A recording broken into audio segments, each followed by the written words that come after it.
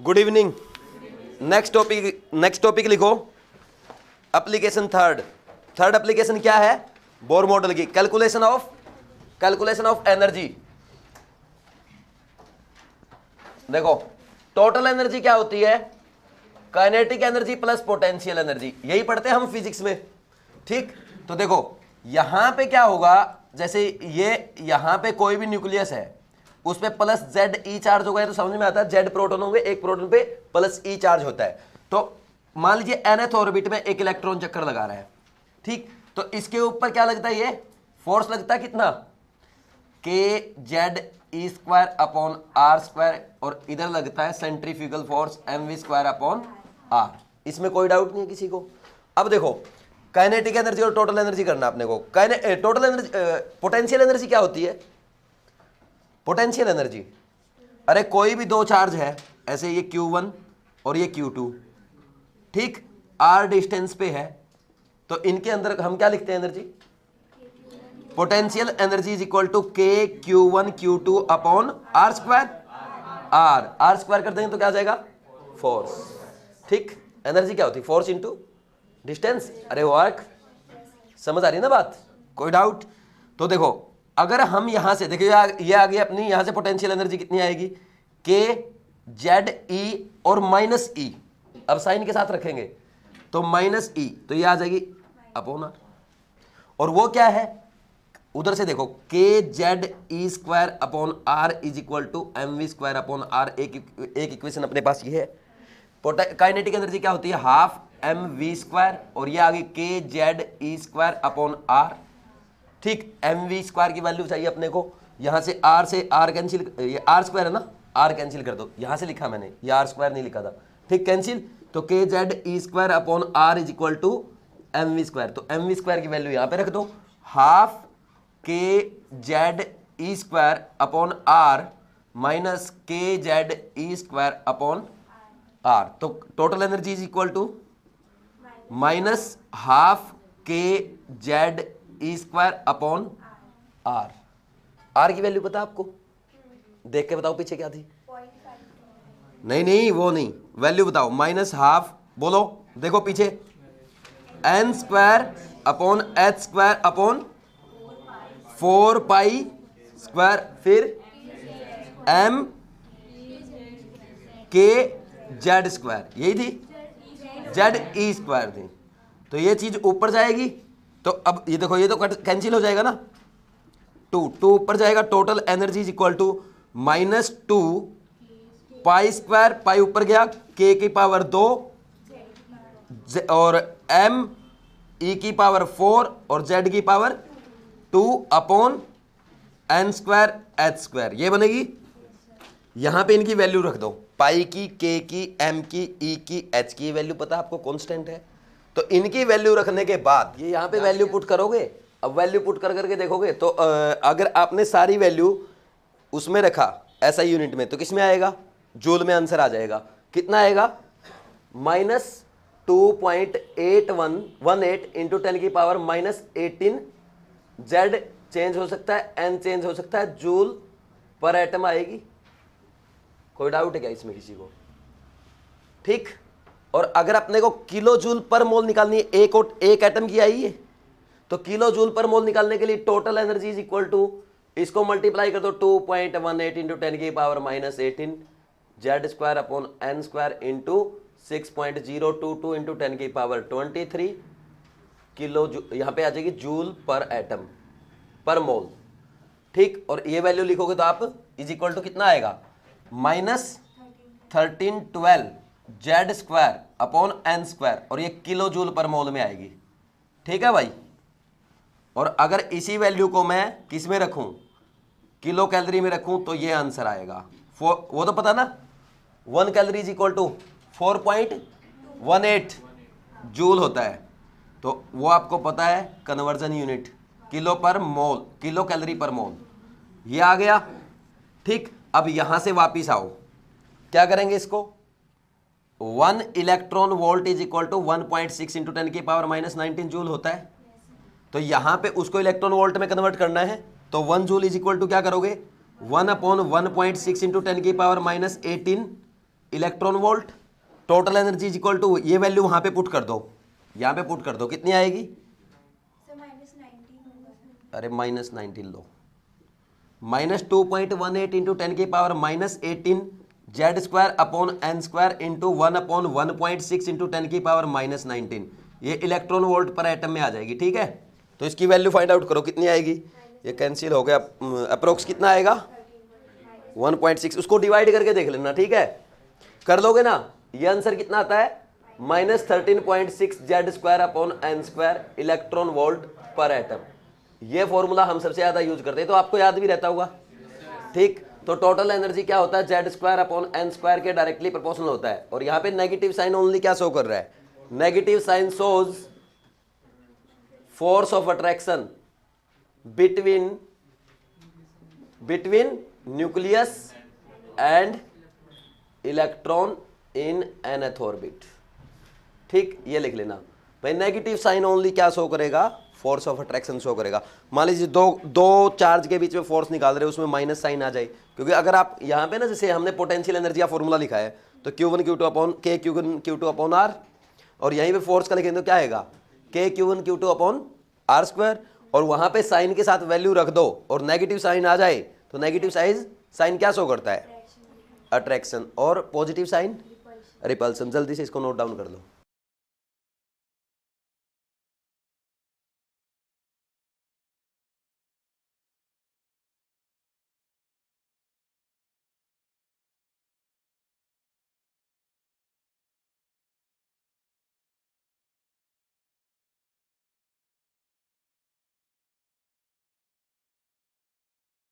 ठीक है भाई, टोटल एनर्जी हो गई। अब एक चीज देखो, अब हम एक काम करते हैं, अपने पास तीनों फॉर्मूले हैं। देखो इंपॉर्टेंट चीज है, यहां से स्टेटमेंट का क्वेश्चन बन सकता है। इधर देखो, अब भाई टोटल एनर्जी का फॉर्मूला आपने क्या लिखा? बोलना एक बार, बोल दो प्लीज। -kz² upon R. ठीक, और हमने काइनेटिक एनर्जी का क्या लिखा? kz² अपॉन आर, यही लिखा क्या? और पोटेंशियल एनर्जी का क्या लिखा? काइनेटिक एनर्जी नेगेटिव होती है क्या? इसलिए नेगेटिव साइन नहीं है। पोटेंशियल एनर्जी का क्या लिखा? kz² अपॉन, ये है, वहां पे 2r नहीं है, ये डबल है इनकी। ठीक, वैल्यू में। तो अब देखो, total energy is inversely proportional to r है, लेकिन विद नेगेटिव साइन। अब सोचो, r बढ़ेगा, एक, अब ध्यान से सुनना भाई मेरी बात, r बढ़ेगा, इस इक्वेशन में देखो, r बढ़ेगा तो टोटल एनर्जी घटेगा, लेकिन कैसा? माइनस में घटेगा तो क्या बोलेंगे? बढ़ेगा। इसमें किसी को कोई डाउट है क्या? तो अगर काइनेटिक एनर्जी की बात करें, inversely proportional to 1 upon r, r बढ़ेगा तो काइनेटिक एनर्जी घटेगा, यानी न्यूक्लियस से जितना दूर जाएंगे, फर्स्ट सेल में इलेक्ट्रॉन की एनर्जी बहुत ज्यादा, सेकंड में कम, थर्ड में और कम, फोर्थ में और कम, और इनफाइनाइट पे 0, इलेक्ट्रॉन को बाहर निकाल लो। ठीक, तो इसके बाद potential energy is inversely proportional to -1 upon r, r बढ़ेगा तो पोटेंशियल एनर्जी बढ़ेगा। अब आप सोचो, पोटेंशियल एनर्जी एक्चुअल में क्या होता है? ये तो पता ना आपको, दो चार्ज है, इनको मैं सेपरेट कर रहा हूं, ये माइनस, ये प्लस। अब इनमें अट्रैक्शन है, तो मैं इनको दूर लेके जाऊंगा तो मुझे एनर्जी देनी पड़ेगी, और जो एनर्जी दे रहा हूं सिस्टम में वो रिस्टोर होगी। तो जितनी दूर लेके जाऊंगा न्यूक्लियस से, उतनी एनर्जी बढ़ती जाएगी। तो पोटेंशियल एनर्जी बढ़ रही कि नहीं बढ़ रही? समझ आएगी नहीं बात? आर के डायरेक्टली प्रोपोर्शनल होगी, ऐसा बोलना सही है क्या? आर के डायरेक्टली प्रोपोर्शनल होगी, -1 अपॉन आर है। ठीक, समझ आई बात? तो यही चीजें आपको स्टेटमेंट में दे सकता है, या ऐसे क्वेश्चन बना देख, विच of the following is correct, ये लिखना जल्दी से, विच ऑफ द फॉलोइंग इज। जब मैं लिख रहा हूं क्वेश्चन तब तक तो टाइम पास मत करो, लिख लो इसको, विच of the following is correct.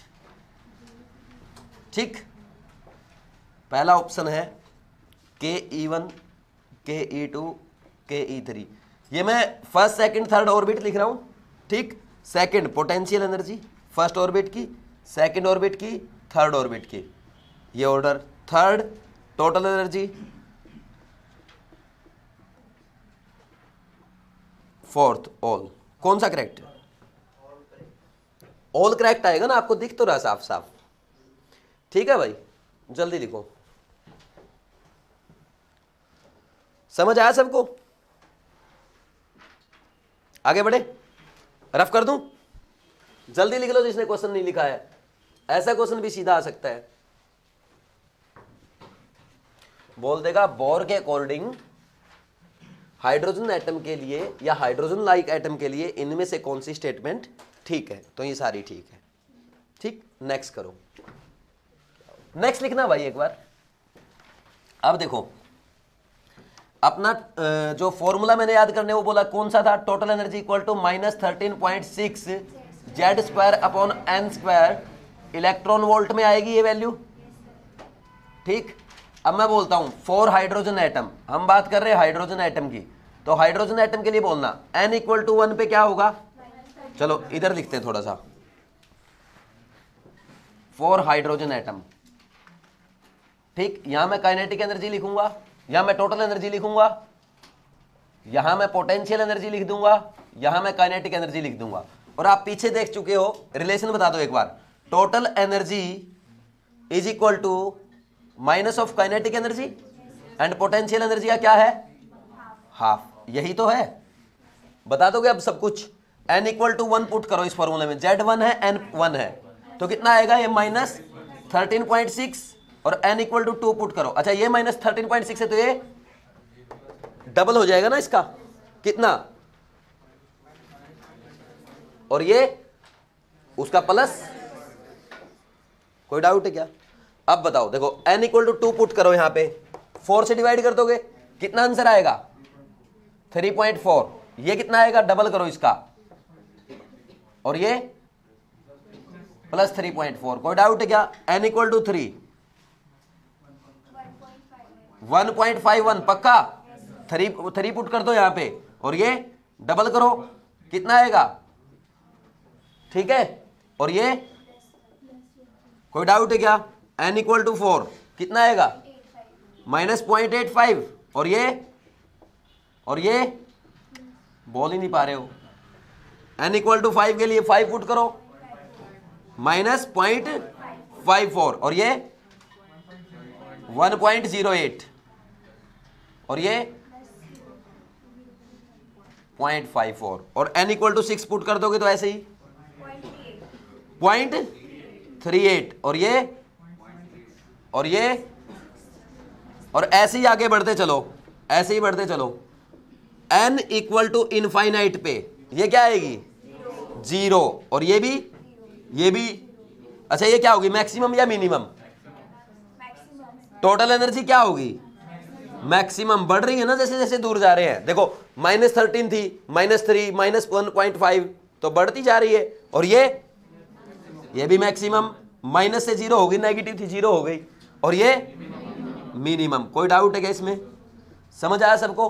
अच्छा एक चीज और आती है अपने, ये डिफरेंस काम आता है। ये डिफरेंस कितना है टोटल एनर्जी का दोनों का, मतलब हाइड्रोजन एटम के लिए कितना डिफरेंस आएगा, 10.2। यानी मेरे को अगर ये फर्स्ट ऑर्बिट है, ये हाइड्रोजन एटम है, इसका न्यूक्लियस है, ये n इक्वल टू 1 है और ये n इक्वल टू 2 है, तो 1 से 2 तक इलेक्ट्रॉन एक्साइट कराना कितनी एनर्जी चाहिए, 10.2, और 2 से 3 में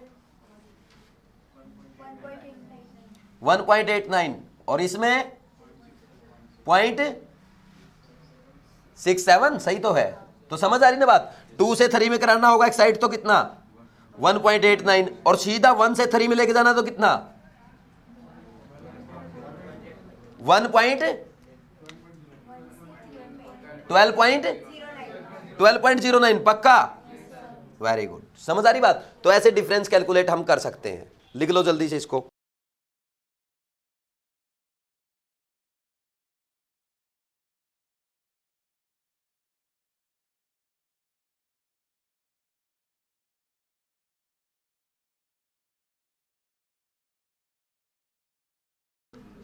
देखो अब हम क्या कर रहे हैं, डेल्टा ई कैलकुलेट कर रहे हैं। तो हमने डेल्टा ई, हमने ई का फॉर्मूला क्या पढ़ा एनर्जी का, क्या पढ़ा बोलो, अरे -13.6 Z square upon N square. इसी फॉर्मूले को अपने को आगे लेके चलना है, इलेक्ट्रॉन वोल्ट वाले को। तो डेल्टा ई मतलब n1 और n2 रख दो, मान लीजिए E1 लिख दूं मैं, E1 कितनी होगी, -13.6 जेड स्क्वायर अपॉन n1 का स्क्वायर, और E2 किसी एक ही एटम के लिए -13.6 जेड स्क्वायर अपॉन n2 का स्क्वायर। तो डेल्टा ईज में लिखूंगा E2 माइनस E1, तो डेल्टा E कितना आएगा बोलो? क्या करेंगे? क्या लेंगे? 13.6 कॉमन ले लो, क्या बचेगा? 13.6 जेड स्क्वायर कॉमन ले लिया, बोलो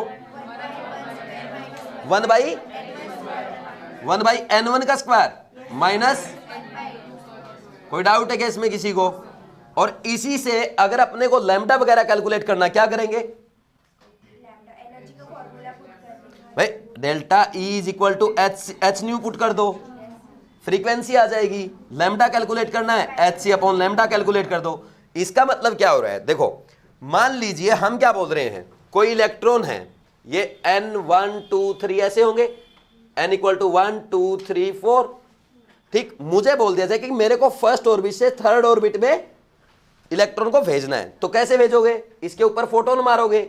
इस फोटोन की फ्रीक्वेंसी कितनी होनी चाहिए? क्या करोगे? डेल्टा ई, ये एनर्जी डिफरेंस है 13.6 जेड, जो भी एटम आपने लिया, हाइड्रोजन लिया तो 1, हीलियम प्लस लिया तो 2, लिथियम 2 प्लस लिया तो 3, ऐसे पुट करेंगे। n1 कितना है 1 और n2 कितना है 3, तो वैल्यू आ जाएगी, उसको h न्यू को इक्वल पुट कर दो। अगर इस फोटोन की लैम्डा पूछी गई हो तो hc बाई लैम्डा पुट कर दो, ठीक। लेकिन एक बात ध्यान रखना, यहां पे ये आपका इलेक्ट्रॉन वोल्ट में है और ये किस में ले रहे हो आप? ये जूल में, ये भी जूल में, तो वैल्यू इसकी भी इलेक्ट्रॉन वोल्ट में कन्वर्ट कर लेना। समझ आ रही बात? जैसे इसमें तो क्या कर लोगे 12400 अपॉन लैम्डा एंगस्ट्रॉम में, सीधा आ जाएगा, क्योंकि यहाँ पे एनर्जी क्या होती है? इलेक्ट्रॉन वोल्ट में होती है, ठीक। ऐसे कर सकते कि नहीं कर सकते? ठीक। उसका जूल में आ रहा है तो उसको क्या करोगे? इलेक्ट्रॉन वोल्ट वाले फॉर्मूला से वो कन्वर्ट कर लोगे। समझ आ रही कि नहीं आ रही मेरी बात? किसी को कोई डाउट है क्या? आगे कर सकते हैं, यहां से वैल्यू फाइंड आउट करो, उसको इलेक्ट्रॉन वोल्ट से जूल में कन्वर्ट नहीं कर सकते, बस सिंपल है। और क्या कर सकते हैं? एक और आता आपका कैलकुलेशन ऑफ रीडबर्ग कांस्टेंट, सुना आपने? ये क्या है? रीडबर्ग कांस्टेंट क्या बोलते हैं इसको? आर बोलते हैं। कैसे करते हैं बोलो? आपने डेल्टा ई सुना? ई का फॉर्मूला बोलना एक बार, पीछे क्या था जो वो वाला 2 पाई स्क्वायर वाला, बोलो माइनस 2 पाई स्क्वायर के स्क्वायर m e की पावर 4 z की power 4 upon n square h square. यही था क्या? कोई कमी तो नहीं है? z की पावर 2 है, ठीक है ना। तो इसके लिए अब हम डेल्टा E कैलकुलेट करें, E2 माइनस E1 अगर लिखें क्या आ जाएगा? सीधा लिख दूं जैसे इसका लिखा है, क्या लिखोगे? Delta E is equal to क्या पुट करोगे? बोलो, अरे बोलो 2 पाई स्क्वायर के की पावर 2 m e की power 4 upon n square h square, n नहीं रखेंगे यहां पे, z की पावर 2 और ये 1 अपॉन n1 का स्क्वायर 1 अपॉन n2 का स्क्वायर, जैसे उसमें पुट करके रखा है वैसे कर देना, कर सकते हो। और डेल्टा ई को क्या रख सकते हो? H C upon lambda, 1 upon lambda is equal to क्या होगा? बोलो 2 पाई स्क्वायर के स्क्वायर m e की पावर 4 z की power 2 divide by H C H cube, ये सी एच सी इधर चला जाएगा, ठीक। और 1 अपॉन n1 का स्क्वायर माइनस 1 अपॉन n2 का स्क्वायर, ठीक। अब ये जो वैल्यू होती है ना, इसी को क्या कहते हैं? Rydberg constant. 1 upon lambda is equal to R Z square 1 upon n1 की पावर 2 माइनस 1 अपॉन n2 की पावर 2, यह फॉर्मूला है। ये r क्या है? रीडबर्ग कांस्टेंट है। और 1 अपॉन लैम्डा को क्या बोलते हो? Wave number. Are Z square 1 upon n1 का स्क्वायर माइनस 1 अपॉन n2 का स्क्वायर, ये फॉर्मूला यूज कर सकते हो। और हम यहां से क्या कर सकते हैं? Frequency is equal to C upon lambda, ठीक। तो 1 अपॉन लैम्डा ही वैल्यू पुट कर दो, इसको सी से मल्टीप्लाई कर दो, frequency is equal to C R Z square upon 1 upon n1 का स्क्वायर माइनस 1 अपॉन n2 का स्क्वायर। ये समझ आता है सबको? ठीक। अब यहां पे r की वैल्यू क्या रखते हैं? r की वैल्यू क्या आती है? r is equal to 109,678 centimetre inverse, या इसको और नियर अबाउट कर दो 109 700 सेंटीमीटर इनवर्स। और क्या लिख सकते हो इसको, 10972020 मीटर इनवर्स। ठीक, 1/λ 1/r ये यूज करना पड़ेगा अपने को बार बार, क्योंकि लैम्डा मैक्सिमम लैम्डा कैलकुलेट करवाता है। तो अब लैम्डा को इधर ले आओगे तो r उधर जाएगा, 1/r उसका सीधा फॉर्मूला 912 एंगस्ट्रॉम, ये आपको यूज करना पड़ेगा। समझ आ रही बात? एक ये फॉर्मूला ध्यान रखना, ठीक है। फिर तो कुछ भी नहीं है, ये याद है तो वेव नंबर और इसमें क्या है, एक ही याद करना, ये नहीं कि तीनों बॉक्स बना दी तीनों याद करने हैं। समझ आ रही कि नहीं आ रही बात? तो जल्दी से इसको डेरिवेशन को इसको भी नोट करो।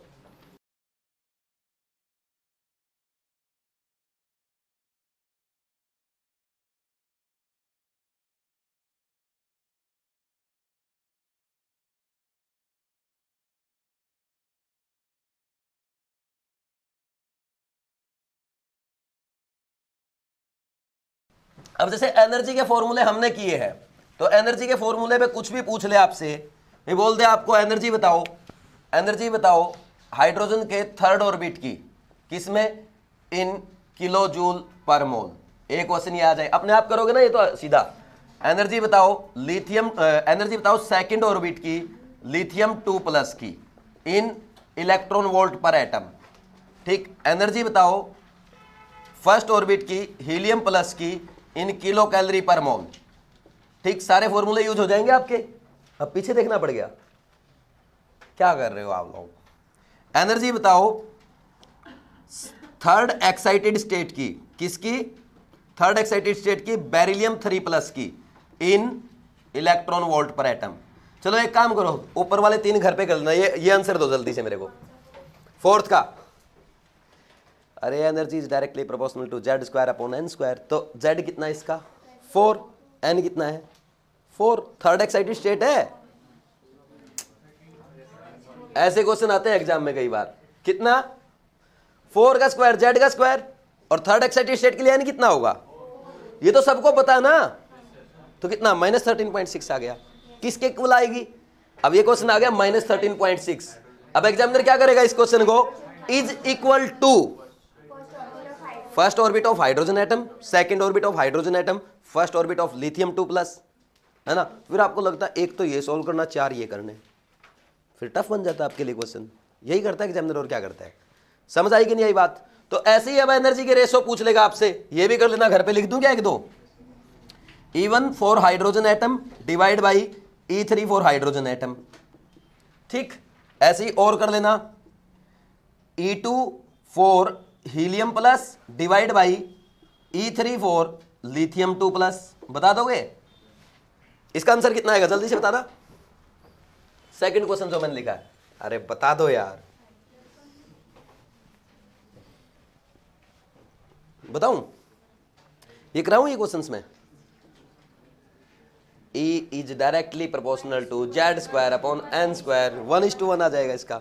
ऐसे ही आपसे ये पूछ ले, देखो ये बता दोगे, लिथियम 2+ की बतानी है सेकंड ES में, सेकंड एक्साइटेड स्टेट में, divide by energy of beryllium 3+ in third excited state. 1:1 आएगा, करके देख लोगे अपने आप। तो ऐसे क्वेश्चंस आते हैं, लिखो जल्दी से।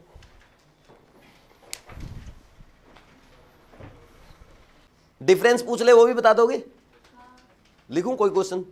जैसे मान लीजिए आपसे पूछ लिया E4 minus E2 for helium plus atom in electron volt per atom, ये बता दोगे।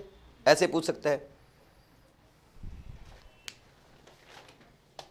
और लिखो, if potential energy for hydrogen atom is -6.8 electron volt, then calculate पहला kinetic energy, second total energy, third N यानी कौन सी सेल की बता रहा है ये, फोर्थ R। N पता चल जाए तो सब कुछ बता दोगे। N क्या है इसका, कर लो फाइंड आउट। अरे वैसे ये काइनेटिक एनर्जी क्या होगी, माइनस पोटेंशियल एनर्जी बाई 2, और ये क्या होगी पोटेंशियल एनर्जी बाई 2, तो ये कितनी आएगी 3.4 माइनस का, नहीं सॉरी प्लस का, और ये -3.4। तो -3.4 को किसके इक्वल पुट कर दोगे? -13.6 जेड का स्क्वायर 1 का स्क्वायर अपॉन एन का स्क्वायर। एन की वैल्यू यहां से कितनी आ जाएगी? 2 आ जाएगी, चेक करके देखना। एन 2 आ गया तो R is equal to 0.529 Z square sorry N square upon Z. ये लगाते हो फॉर्मूला, एंगस्ट्रॉम में आंसर आ जाएगा। कोई डाउट है क्या? लिखो जल्दी से।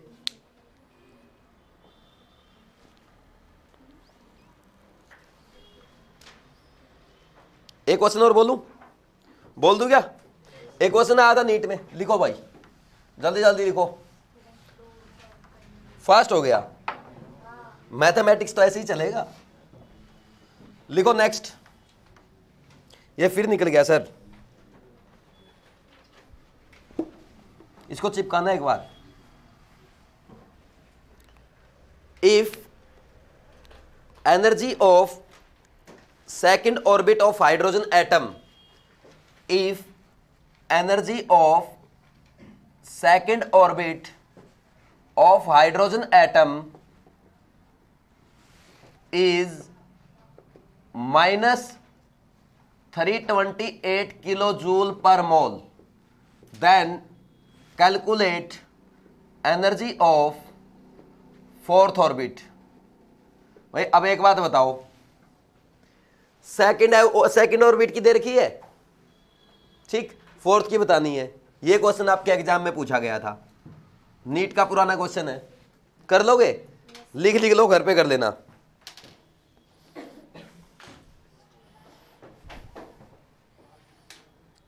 और करें? एक क्वेश्चन लिखो। If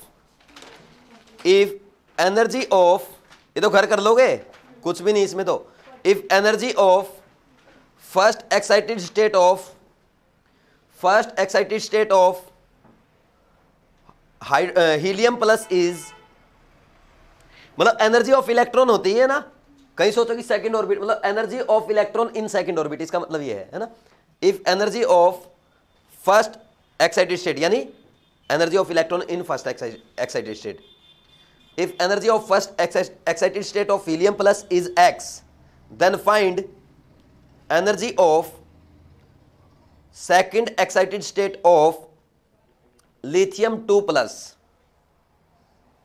lithium 2 plus। ऑप्शन है x, 3x, x by 3, x by 2।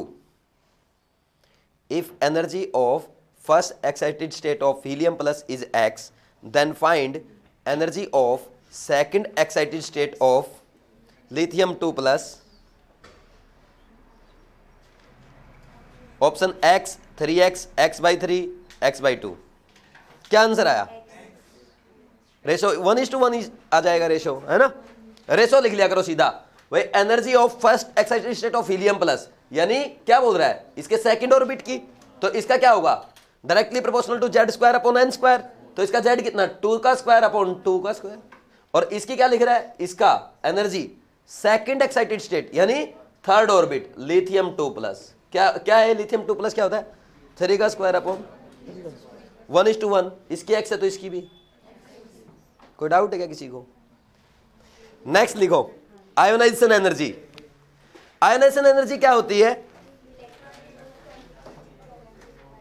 लिखो भाई, the minimum amount of energy required to remove an electron, the minimum amount of energy required to remove an electron from its ground state. ठीक, ground state में electron होगा, वहां से electron निकालने के लिए जितनी एनर्जी हमें चाहिए होगी उसको आयनाइजेशन एनर्जी कहते हैं। जैसे हम क्या करते हैं, हाइड्रोजन एटम है, देखो भाई हाइड्रोजन एटम है, ये इसके ऑर्बिट है, n इक्वल टू 1 2 3 4 ऐसे होंगे, तो इसके यहां पे इलेक्ट्रॉन होगा, इस इलेक्ट्रॉन को हम एनर्जी देंगे, ठीक, और इसको बाहर लेके आएंगे, कहां पे? n इक्वल टू इनफाइनाइट पे, है ना। तो हम क्या लिखेंगे? आयोनाइजेशन एनर्जी क्या होगा? इनफाइनाइट पे कितनी एनर्जी? फाइनल एनर्जी माइनस क्या करते हैं? Initial energy. तो फाइनल एनर्जी क्या होती है? 0 माइनस फर्स्ट की कितनी है? 13.6 माइनस का, तो आयोनाइजेशन एनर्जी इसके लिए कितनी होगी? 13.6। समझ आया कि नहीं आया? हाँ, इलेक्ट्रॉन वोल्ट तो साथ के साथ चलेगा, ये तो अपने आप लिख लोगे आप। लिखो इसमें क्वेश्चन, एक क्वेश्चन वैसे ही लिख लो आप। Calculate ionisation energy of helium plus, कर दोगे calculate ionisation energy of helium plus.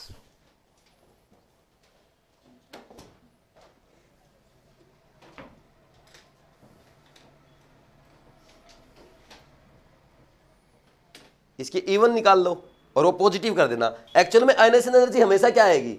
Equal to minus E1 plus 13.6 कैसे आएगा? तो n इक्वल टू 1 लेंगे ना। कितना लेंगे? n इक्वल टू 1 लेंगे। हीलियम प्लस दिया है, हीलियम थोड़ा दिया है, और हीलियम भी दिया है तो उसके कौन से ऑर्बिट में रहेगा? हीलियम के तो 1s2 दो फर्स्ट इलेक्ट्रॉन फर्स्ट ऑर्बिट में ही रहेंगे ना। और ये फॉर्मूले हम किसके लिए पढ़ रहे हैं? Hydrogen and hydrogen like species के लिए। पहले ही नोट डलवाया था मैंने कल जब पढ़ाया था। लिखा भाई? नेक्स्ट लिख लो सेपरेशन एनर्जी। सेपरेशन एनर्जी क्या होती है?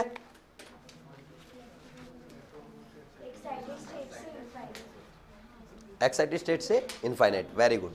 देखो आपने क्या किया, ग्राउंड स्टेट से इलेक्ट्रॉन को यानी n इक्वल टू 1 से बाहर निकाला। अगर मान लीजिए इलेक्ट्रॉन पहले ही एक्साइटेड स्टेट में, कौन सी में? सेकंड में, थर्ड में या फोर्थ में, इसमें है। यहां पे हो सकता है, यहां पे हो, यहां पे हो, तो इसको मेरे को बाहर लेके जाना है, तो यहां पे कितनी एनर्जी का फोटोन मारूंगा?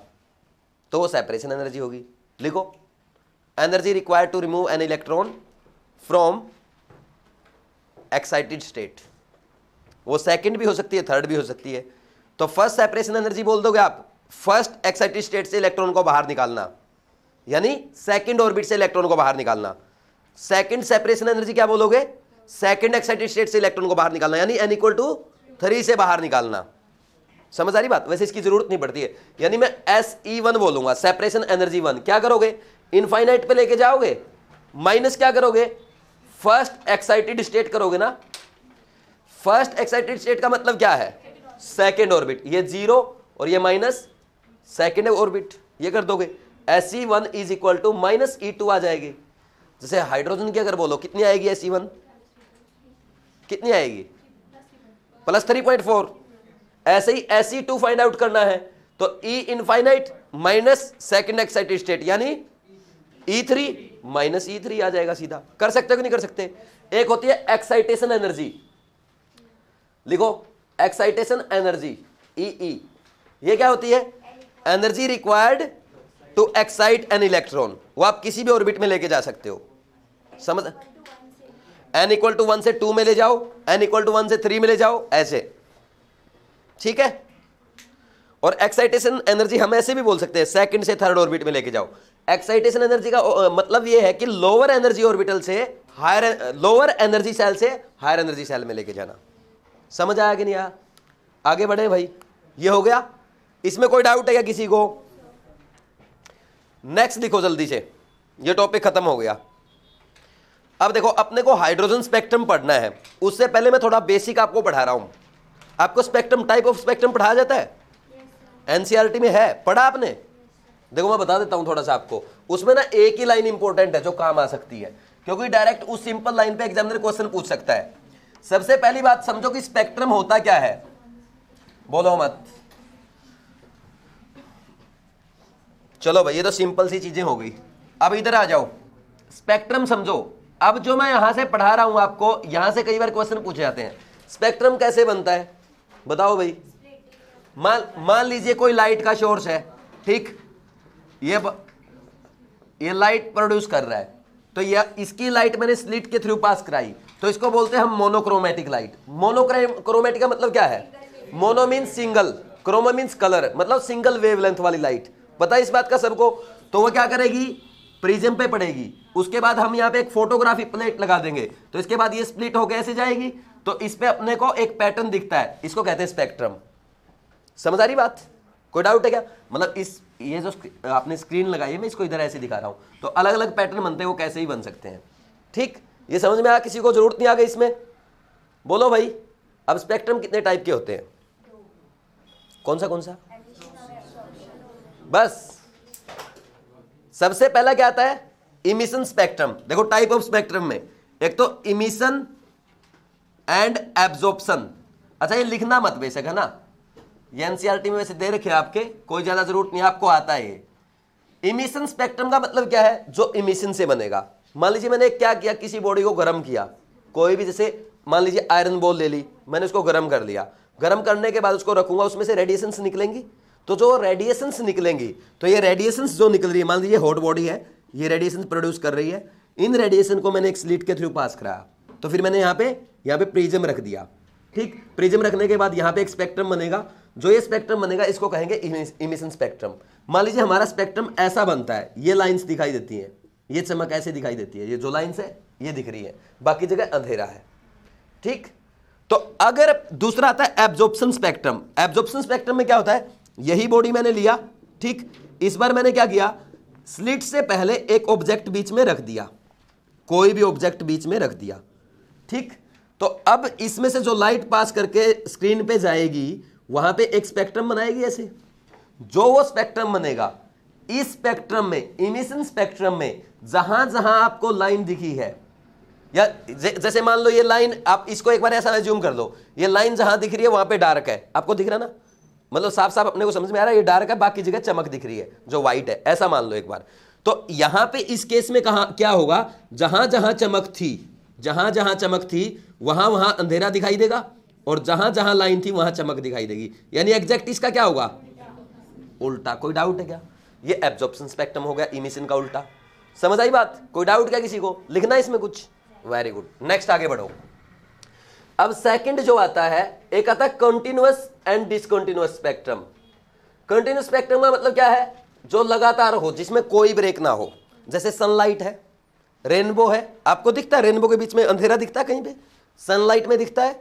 विबग्योर जो पैटर्न बनता है उसमें दिखता है क्या? कोई डाउट है क्या? तो ये क्या है? कंटिन्यूअस स्पेक्ट्रम है। अब मान लीजिए मैं एक स्पेक्ट्रम ऐसा बना दूं जहां पे विबग्योर है, मान लीजिए विबग्योर में से कुछ वेवलेंथ मैं क्या कर दूं? गायब कर दूं। ठीक, तो मान लीजिए जैसे वी, बी और आर, बस ये दिखाई दे, तो ये कैसा है? ये बीच के तो गायब है ना, या तो अंधेरा आएगा, तो ये कैसा है? डिसकंटिन्यूअस स्पेक्ट्रम है। कोई डाउट है क्या? तो ये तो बेसिक, यहां से कुछ नहीं आएगा। अब तीसरा आता है लाइन एंड बैंड स्पेक्ट्रम। अब लाइन एंड बैंड स्पेक्ट्रम में अपना इंपॉर्टेंट कौन सा है? Line spectrum. लाइन स्पेक्ट्रम किससे बनता है? एक्साइटेड एटम से। ये बनता है एक्साइटेड एटम से, और ये किससे बनता है? एक्साइटेड मॉलिक्यूल से। ये ध्यान रखना है। ठीक, एक्साइटेड एटम, कोई भी एटम को मैंने एक्साइट कर दिया, कैसे भी एनर्जी देके, इलेक्ट्रिक स्पार्क दे दो, वैसे उसको हीट कर दो, टेम्परेचर बढ़ा दो, तो उसकी एनर्जी बढ़ेगी, तो इलेक्ट्रॉन क्या करेंगे? हायर एनर्जी लेवल में जाएंगे। जब एनर्जी हायर एनर्जी लेवल में जाते हैं तो वापस आएंगे तो एनर्जी प्रोड्यूस करेंगे, तो जो एनर्जी प्रोड्यूस करेंगे वो एनर्जी स्पेक्ट्रम पे दिखाई देगी। तो जैसे मान लीजिए मैंने कोई एक्साइटेड एटम लिया, ठीक, ये एक्साइटेड एटम है, ये स्लिट यहां पे रखी, फिर ये रखा, प्रिज्म रखा, फिर यहां पे फोटोग्राफिक स्क्रीन, तो ये अपने को यहां पे एक स्पेक्ट्रम बनता दिखाई देगा ऐसे, लाइन स्पेक्ट्रम, जो आप एक्सपेरिमेंट करके आए हो बचपन में। ठीक, तो इसको कहते हैं लाइन स्पेक्ट्रम। अब देखो, लाइन स्पेक्ट्रम जो होता है हर एलिमेंट के लिए अलग होता है। हाइड्रोजन का अलग आएगा, नाइट्रोजन का अलग आएगा, सोडियम का अलग आएगा, आयरन का अलग आएगा, सबका अलग आएगा। जैसे हमारा डीएनए है, ठीक है, समझते हो? जैसे हमारे ये फिंगरप्रिंट्स जो हैं सबके अलग है ना, सो ये भी क्या कहलाता है? Fingerprints of elements. क्या कहलाता है? Fingerprints of element. सबसे पहली बात, हर एलिमेंट का डिफरेंट होगा, और क्योंकि अपनी एक अलग कैरेक्टरिस्टिक इसकी है, इसलिए हम क्या बोलते हैं इसको? Fingerprint of chemistry, elements. ठीक, हर एटम का अलग हुआ, और जिस एटम में नंबर ऑफ इलेक्ट्रॉन सेम होंगे वो सिमिलर लाइन स्पेक्ट्रम बनाएगा। क्या? सबसे इंपॉर्टेंट चीज यही है, जिस एटम में नंबर ऑफ इलेक्ट्रॉन, जिन एटम्स में नंबर ऑफ इलेक्ट्रॉन सेम होंगे उनका लाइन स्पेक्ट्रम क्या होगा? सिमिलर होगा, ये बोल देंगे। ठीक, मैं बोल दूं which of the following has line spectrum like hydrogen, या which of the following has similar line spectrum to hydrogen. Option है आपके लिए हीलियम, दूसरा है H+, तीसरा है sodium, sodium plus, fourth is lithium 2 plus. तो इसमें कितने इलेक्ट्रॉन? 2, इसमें 0, इसमें 10, इसमें 1। हाइड्रोजन में कितना? 1। तो हाइड्रोजन के जैसा कौन दिखाएगा? लिथियम शो करेगा। समझ आई बात? ये लाइन स्पेक्ट्रम होगा। किसी को कोई डाउट? ये एनसीईआरटी में ऐसा समझाया हुआ है। ठीक, इसके बाद आता है बैंड स्पेक्ट्रम। तो वहां पे क्या होता है, इस एटम की जगह हम मॉलिक्यूल रख देते हैं और वहां पे लाइन दिखने की बजाय यहां पे क्या दिखते हैं? बैंड्स दिखते हैं। ऐसे बैंड्स की फॉर्म में दिखता है ऐसे, ठीक है, तो वो बैंड स्पेक्ट्रम कहलाएगा। ऐसा दिखता है। कोई डाउट है क्या? बस ये था टाइप ऑफ स्पेक्ट्रम। नेक्स्ट आगे बढ़े। नेक्स्ट लिखो हाइड्रोजन स्पेक्ट्रम। रफ कर दूं ना इसको पूरे को, या किसी को कुछ नोट करना है? कर दूं? बस आपको ना जो इंपॉर्टेंट पॉइंट था आपके लिए, लाइन स्पेक्ट्रम था। लाइन स्पेक्ट्रम में भी क्या? फिंगरप्रिंट्स ऑफ एलिमेंट कहलाता है। और इसमें क्या करना है, अगर सबका जो लाइन स्पेक्ट्रम होगा सबका अलग अलग हुआ। सिमिलर किसका आ सकता है? जिसमें नंबर ऑफ इलेक्ट्रॉन सेम हो। तो डायरेक्ट इस पैटर्न पे एक क्वेश्चन आ सकता है जो मैंने बताया, और कोई क्वेश्चन आपके एग्जाम में नहीं आएगा इससे। समझ आया किस पैटर्न का क्वेश्चन बनता है? नेक्स्ट लिखो